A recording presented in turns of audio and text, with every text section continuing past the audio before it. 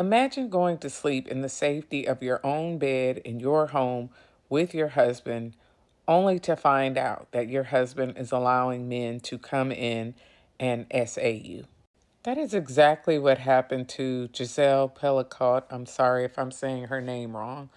But this woman went to sleep in her own bed. Her husband drugged her and allowed multiple men to come in and SA her night after night.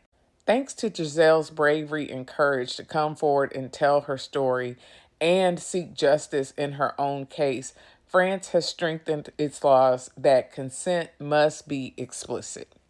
Prior to this, it was presumed that if you didn't say no, then it was a yes, or if you were silent, that was a yes. Now, what I'm not clear on is, do you have to have a wholehearted yes? What are they considering consent?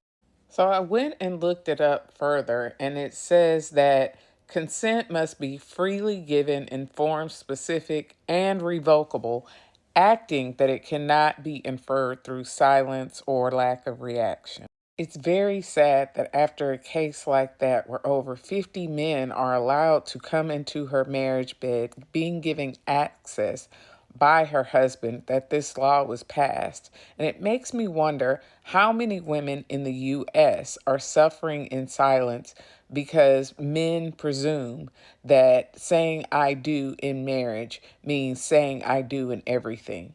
And although marital rape is a crime in all 50 states, there are many communities, especially religious communities, who believe that a wife does not have the right to say no to her husband.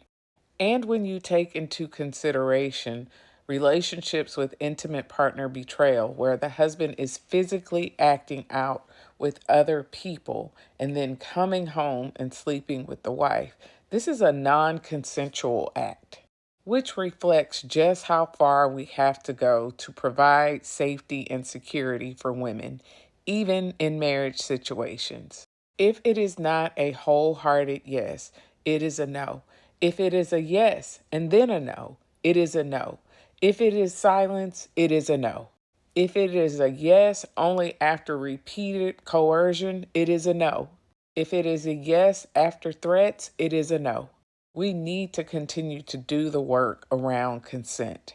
And for every woman like Giselle who comes forward and shares their story, there are dozens of women still in the shadows.